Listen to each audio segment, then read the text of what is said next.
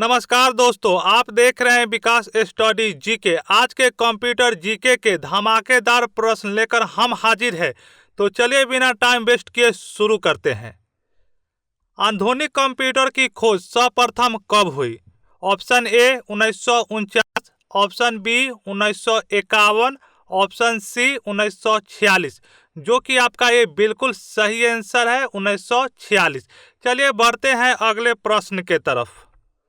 अगला प्रश्न है, सबसे पहला कंप्यूटर का नाम क्या था? तो सबसे पहला कंप्यूटर का नाम क्या था? तो सबसे पहला कंप्यूटर का नाम एनियक था, जो कि आपका भी सही आंसर है। चलिए बढ़ते हैं अगले प्रश्न के तरफ। कंप्यूटर को हिंदी नाम क्या है? कंप्यूटर का हिंदी नाम क्या है? तो कंप्यूटर का हिंदी नाम है संगणक, जो कि ऑप्शन बी आपका सही आंसर है।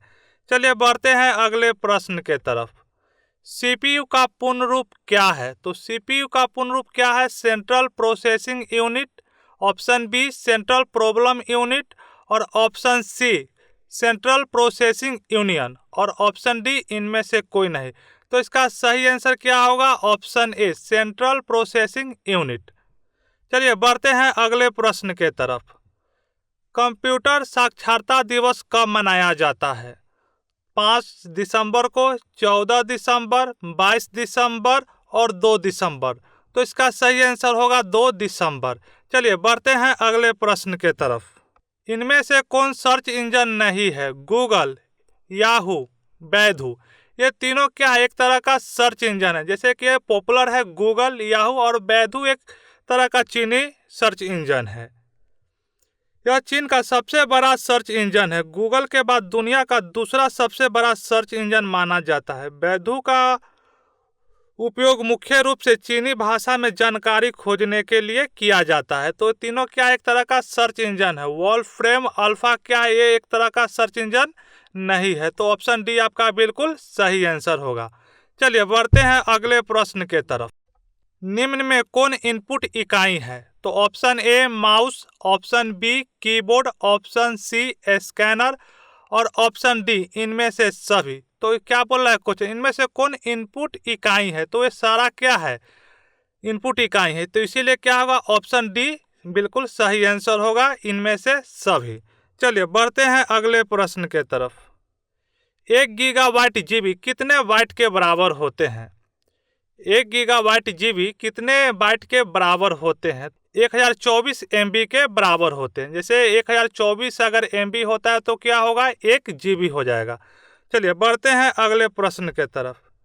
1 मेगाबाइट एमबी कितने बाइट के बराबर होते हैं? तो एमबी के नीचे क्या होता है? केबी होता है। तो 1024 केबी बराबर क्या होता है? 1 एमबी होगा। तो ऑप्शन ए आपका बिल्कुल सही आंसर है। चलिए बढ़ते हैं अगले प्रश्न के तरफ। 1 किलोबाइट के भी कितने बाइट के बराबर होते हैं? तो ऑप्शन ए होगा 1024 बाइट। कारण केबी के नीचे क्या होता है? बाइट होता है। तो 1024 बाइट अगर होगा तो क्या होगा? 1 केबी होगा। चलिए बढ़ते हैं अगले प्रश्न के तरफ। कंप्यूटर में प्रयुक्त आईसी चिप्स बनते हैं क्रोमियो से, आयरन ऑक्साइड से, सिल्वर से और सिलिकॉन से। तो इसका सही आंसर है सिलिकॉन से। चलिए बढ़ते हैं अगले प्रश्न के तरफ। किसी कंप्यूटर के प्रोग्राम में बच्चों द्वारा प्रयुक्त भाषा प्रायः कौन सी होती है? बेसिक, जावा, लोगो या पायलट? तो इसका सही आंसर होगा सी लोगो। चलिए बढ़ते हैं अगले प्रश्न के तरफ। कंप्यूटर के आविष्कारक कौन है? तो कंप्यूटर के आविष्कारक कौन है? चार्ल्स बेबेज है। ऑप्शन सी आपका बिल्कुल सही आंसर है। चलिए बढ़ते हैं अगले प्रश्न के तरफ। मल्टी प्रोसेसिंग होती है एक प्रोसेस द्वारा, एक से अधिक प्रोसेस द्वारा। तो यहाँ क्या होगा? बी ऑप्शन आपका सही आंसर होगा, एक से अधिक प्रोसेस द्वारा। चलिए बढ़ते हैं अगले प्रश्न के तरफ। निम्नलिखित में से ऑप्टिकल मेमोरी है? तो इसका सही आंसर होगा सीडी रोम, जो कि आपका सी सही आंसर है। चलिए बढ़ते हैं अगले प्रश्न के तरफ। सीपीयू में कंट्रोल मेमोरी और तीसरा कौन सा यूनिट होते हैं? तो इसका सही आंसर होगा अर्थमेटिक लॉजिक, जो कि ऑप्शन डी आपका सही आंसर है। चलिए बढ़ते हैं अगले प्रश्न के तरफ।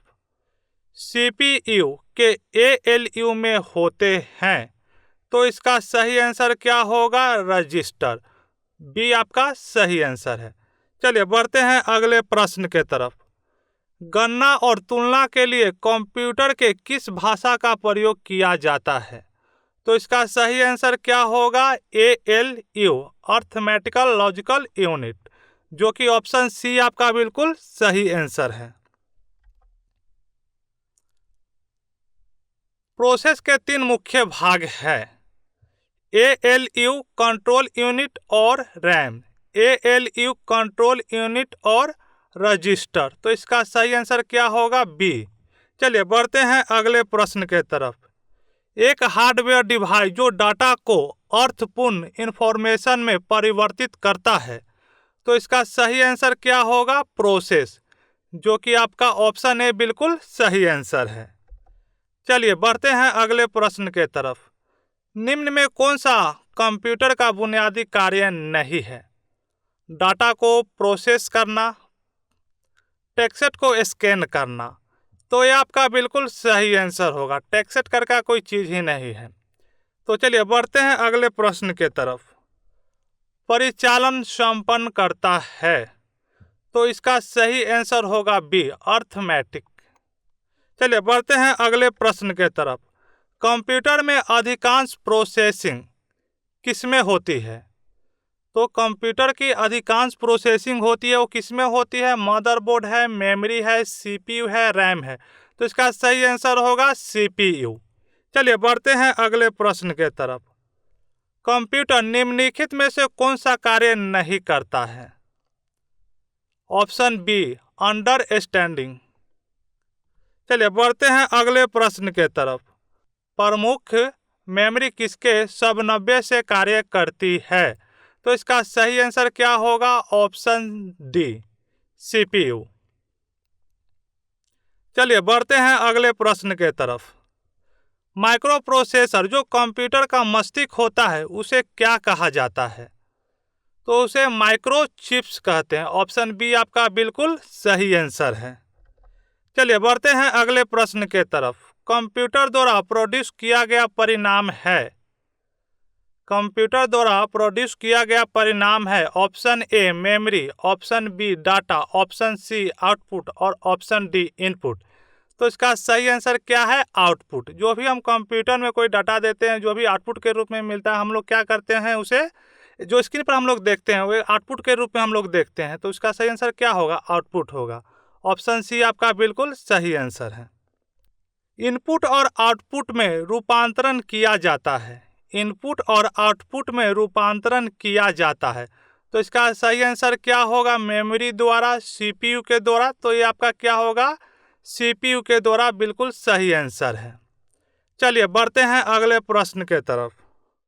प्रोसेस डेटा को कहते हैं, तो इसका सही आंसर क्या होगा? आउटपुट होगा, प्रोसेस होगा, इनपुट होगा या सभी होगा? तो इसका सही आंसर क्या होगा? Option B, process. चलिए बढ़ते हैं अगले प्रश्न के तरफ। सीपीयू का मुख्य घटक है, सीपीयू का मुख्य घटक है control unit, option B memory, option C arithmetical logical unit और ऑप्शन डी ये सभी। तो आपका सही आंसर क्या होगा? ये सभी, ऑप्शन डी।